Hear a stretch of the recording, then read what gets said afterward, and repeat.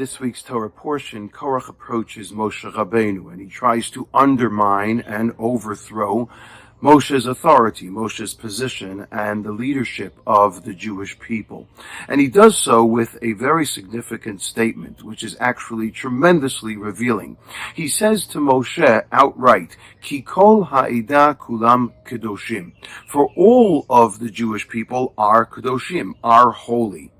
The Rashar Hirsch, Rav Shamshon Raphael Hirsch, says an unbelievably insightful message. He has a long discourse in which he discusses this particular ta'ana, this particular complaint that Korach has, or this statement that he makes. And he says, and I'm going to read you a little bit of just the Hebrew words that the Rashar Hirsch says, because it's chaval, it's unfortunate that we do not quote him verbatim. It is so powerful. He says, Anshe Kodesh, the Jewish people are not Kedoshim. They are not yet holy. They are Anshe Kodesh. They are people who have the potential to be holy. Yi'udam liyot Kedoshim. People who have the potential to reach and aspire towards holiness. Their purpose, their goal has to be to reach and ultimately to develop and accentuate that holiness as such.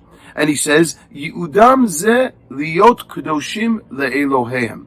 Their goal, our goal as a people, as a nation, is to long and to endeavor to become those holy people, to embrace God and what God has to offer, and a life of divinity and sacredness. But that doesn't mean that we are completed products. That doesn't mean that we are Kedoshim, that we are holy, but it means that our purpose and our goals, our aspirations, have to be longing and working towards that holiness.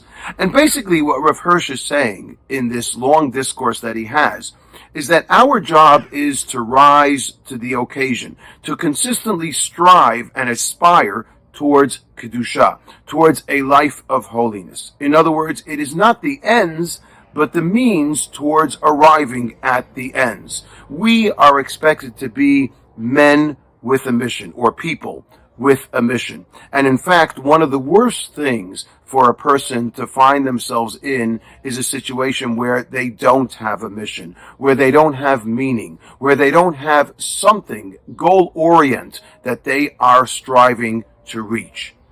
A person who doesn't have that can end up being like a Korach who is conceited and even narcissistic, completely self-absorbed, as opposed to seeing the vast and expansive picture of a nation, of working towards something and not being a completed product.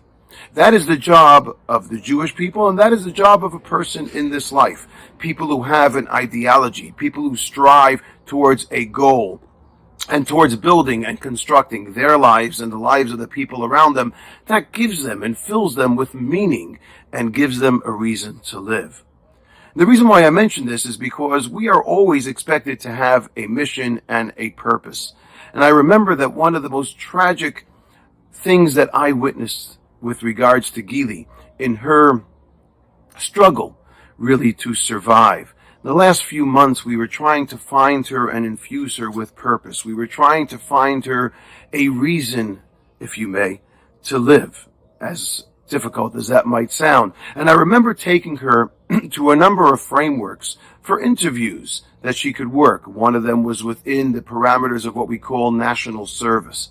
And we waited a long time to schedule this interview, this appointment, that maybe she would be the right person to work in that framework, and it would give her, again, a reason to wake up in the morning, a reason to confront the day, a reason to go out and explore and be a part of helping to construct society, and at that point, more importantly, to construct herself.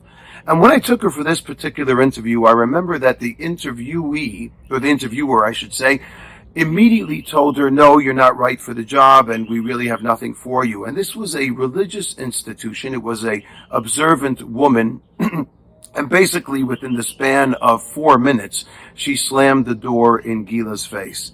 She didn't explain to her, she didn't discuss with her, she didn't explore with her other possibilities, not necessarily within her own framework, but maybe there's something else that she could have offered her, opportunities for Gila to have hope, for Gila to have a desire to face and confront the future.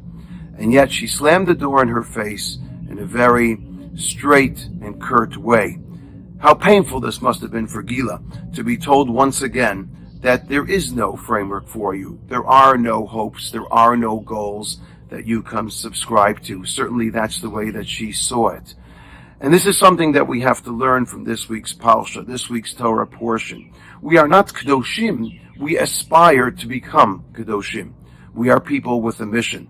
A person who has a mission requires and embraces that purpose in their life. And it gives them a reason to live. It gives them a reason to resonate in this world. It gives them hope. It gives them a future. And it gives them the opportunity to proclaim proudly, I have something to contribute. That's what we are about. And that's something that we have to remember and apply to the people around us, particularly people who are suffering from depression or from a mental illness or from a mental challenge, or even people who are just down and out and feel that they're lost without that purpose.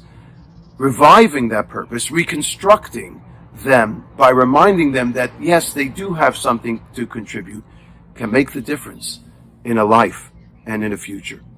I hope and pray that all of us can subscribe to being part of Kedoshim TU, people who are not necessarily holy yet, but certainly long to be so.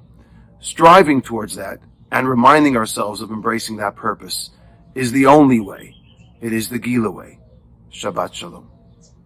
Thank you once again for joining us. Please remember to consider subscribing to the page below and send me your comments. I will get back to you. Have a great day.